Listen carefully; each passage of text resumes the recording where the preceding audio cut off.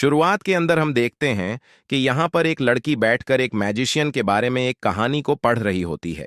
फिर उसके बाद हमें दिखाया जाता है, उस कहानी के अंदर हमें दिखाया जाता है कि यहाँ पर एक जंग छेड़ चुकी है डीमंस और इंसानों के बीच में।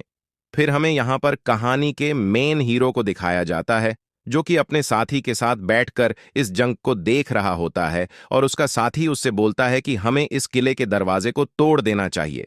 फिर वह उससे बोलता है कि नेक काम में देरी किस बात की, उस किले को तोड़। हम देखते हैं कि डीएम इंसानों को बहुत बुरी तरीके से यहां पर हरा रहे होते हैं। यहां पर हम देखते हैं कि ह्यूमन आर्मी का कमांडर यहां पर यह सब देख रहा होता है। एकदम से पीछे डीम लॉर्ड आर्मी का कैप्टन उसके सामने आ जाता है और उससे बोलता है कि आले छोटे। तभी वो उससे बोलता है कि मैं जानता था कि तुम यहां पर जरूर आओगे। बोलता है कि मैं हूं डीएम लॉर्ड आर्मी का कमांडर आइक, जिसे आज तक कोई भी हरा नहीं पाया। आइक उसके सामने यहां पर 3 ऑप्शन रखता है। पहला ऑप्शन होता है कि तुम हमारे सामने सरेंडर कर दो, और दूसरा मौका यह होता है कि वह अपने आप को खुद ही मार दे और सम्मान की मौत मर जाए। और उसके सामने तीसरा ऑप्शन यह रखता है कि वह अपनी जान बचाकर यहां से भाग जाए, और वो सब ये खिड़की से देखेगा और जिससे उसे खुशी मिलेगी। लेकिन वो उससे बोलता है, तुम एक डीएम होकर भी मुझे इतने सारे मौके दे रहे हो, लेकिन मैं इस एक मौके को भी नहीं मारूंगा। और वो उस पर एकदम से हमला कर देता है। उसके बाद वो उसको वहीं पर मार देता है।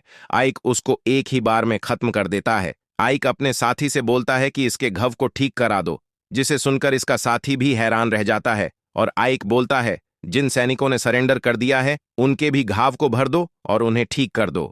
उसके बाद वो यहां पर बोलता है बैरियर मैजिक, और आसपास में एक बैरियर को लगा देता है। आइक खिड़की पर खड़े होक बाहर का नजारा देखते हुए बोलने लगता है, अगर मैं कहूं कि मुझे लोगों को मारकर और उनका खून बहाकर खुशी होती है, तो इससे बड़ा कोई झूठ नहीं हो सकता। क्योंकि हम यहां पर देखते हैं कि आइक कोई डीम नहीं होता, ये भी एक इंसान होता है।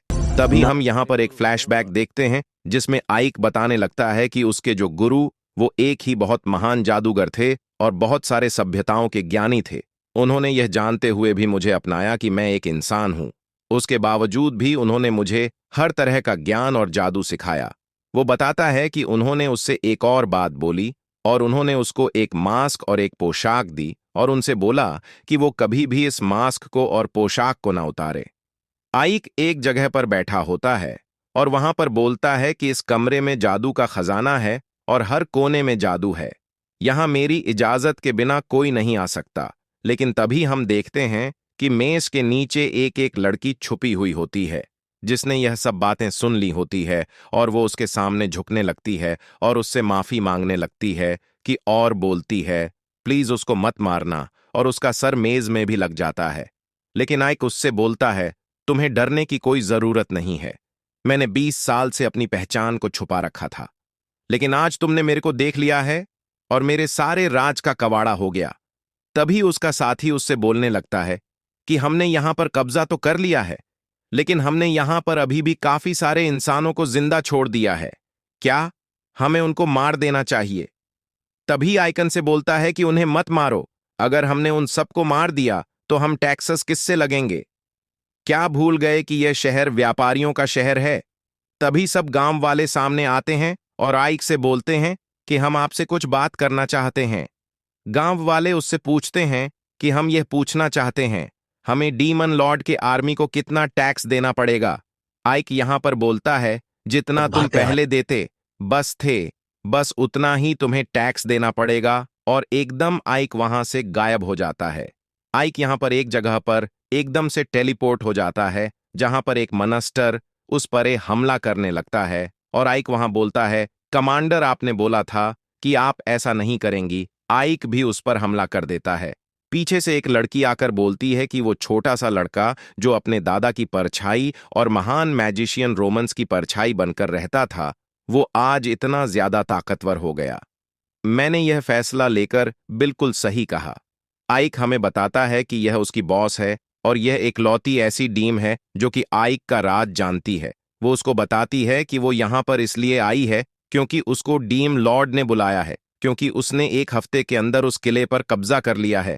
वो उससे बोलती है कि अपना हाथ मेरे कंधे पर रखो, और वो उसे लेके यहां से टेलीप हो जाती है।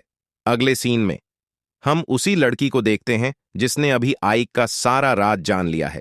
ये बशी की हालत से उठ जाती है और ये यहां से जाने की कोशिश करती है। लेकिन अभी जो आइक ने थोड़ी देर पहले ही मैजिक करा था, ये उसी बैरियर में फंस जाती है।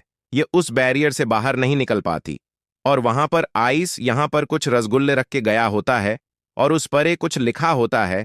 ये लड़की उसको पढ़ती है जी खा होता है, इन सब रसगुल्ले को खाकर खत्म करो।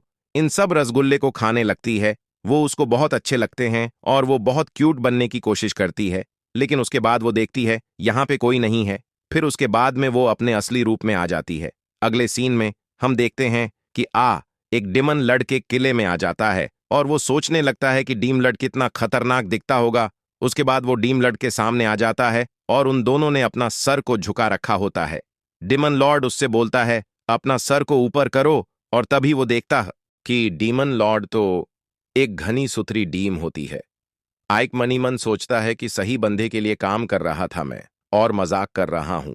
तभी वह उसकी तारीफ करने लगती है। तो वह बोलता है कि मैंने तो सिर्फ वही कहा जो मेरे मास्टर ने मुझे कहा और इसका सारा क्रेडिट भी उन्हीं को जानता है। डीम लर्ड उससे बोलने लगती है तुम तो इंसानों की तरह भावुक हो गए। और वो माइक अंदर ही अंदर सोचने लगते हैं कि कहीं मैं पकड़ा तो नहीं जाऊंगा। उसके बाद थोड़ी सी बातचीत करने के बाद वह एकदम से टेलीप हो जाती है और एकक के मुंह के सामने आ जाती है और वह बोलती है अगली बार जब मैं तुमसे मिलूंगी तो मैं तुम्हारे मास्क के पीछे वाला चेहरा दूं। इस सब चीज से आइक बहुत ज्यादा डर जाता है और अगले सीन में हम देखने लगते हैं कि आइक वापस से टेलीप हो जाता है और देखता है कि उसने वो सारे रसगुल्ले खाली होते हैं और आइक के लिए एक भी नहीं छोड़ा होता और ये यहां पर आराम से पड़ी हुई सो रही होती है। माइक इसको बोलता है चल भी चल उठ और ये एकदम से माइक से माफी मांगने लगती है और माइक इससे बोलता है कि मैं तुम्हें यहां से नहीं जाने दूंगा, तुम्हें मेरे लिए काम करना पड़ता है। और ये इस चीज के लिए बहुत ज्यादा खुश हो जाती है कि मैं तुम्हारे लिए काम करूंगी, लेकिन तुम मुझे मारना मत लगता है। ये अंदर ही अंदर बहुत ज्यादा रसगुल्ले खाने के लिए खुश हो रही है। इसी के साथ हमारे पहले एपिसोड का एंड हो जाता है। मैं मां बाप की कसम को देकर चैनल को सब्सक्राइब या लाइक नहीं करवाता। बिना किसी कसम के इस वीडियो को लाइक कर दो और चैनल को सब्सक्राइब कर दो। तुम सब तो मेरे भाई हो यार।